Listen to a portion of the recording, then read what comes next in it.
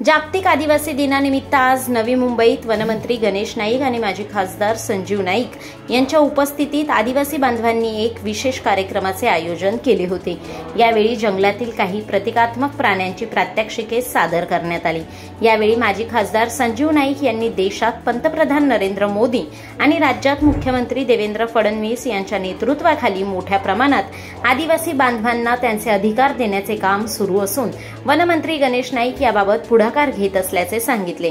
यावेळी त्यांनी रक्षाबंधन आणि जागतिक आदिवासी दिनाच्या शुभेच्छा देखील दिल्या।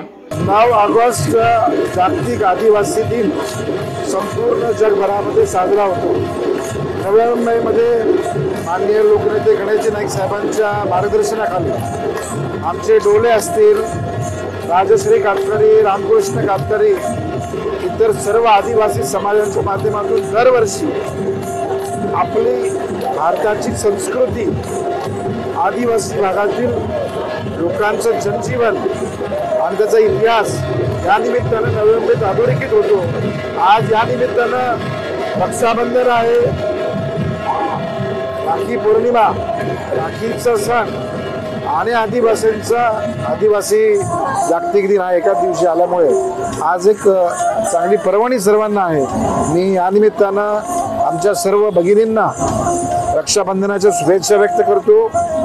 आमचे सर्व आदिवासी बांधव, बंधू भगिनी या सर्वांना जागतिक आदिवासी दिनाच्या खूप खूप शुभेच्छा व्यक्त करतो। आणि खऱ्या अर्थानं भारतवर्षामध्ये माननीय नरेंद्र मोदी साहेबांच्या नेतृत्वाखाली पूर्ण देशभरातील आदिवासींना एक मान सन्मान मिळावा म्हणून आपल्या महामहिम राष्ट्रपती मुर्मूजी या आदिवासी समाजाचं नेतृत्व करतात आणि आज ते पूर्ण भारताचं नेतृत्व करतात। त्याच पद्धतीनं महाराष्ट्रामध्ये आदरणीय देवेंद्र फडणवीस साहेबांच्या नेतृत्वाखाली महाराष्ट्रातील सर्व आदिवासी बंधू भगिनींना त्यांचा मान सन्मान अधिकार देण्याचं काम आदरणीय देवेंद्र फडणवीस साहेबांच्या नेतृत्वाखाली आमचा होतो, याचा आम्हाला आनंद आहे।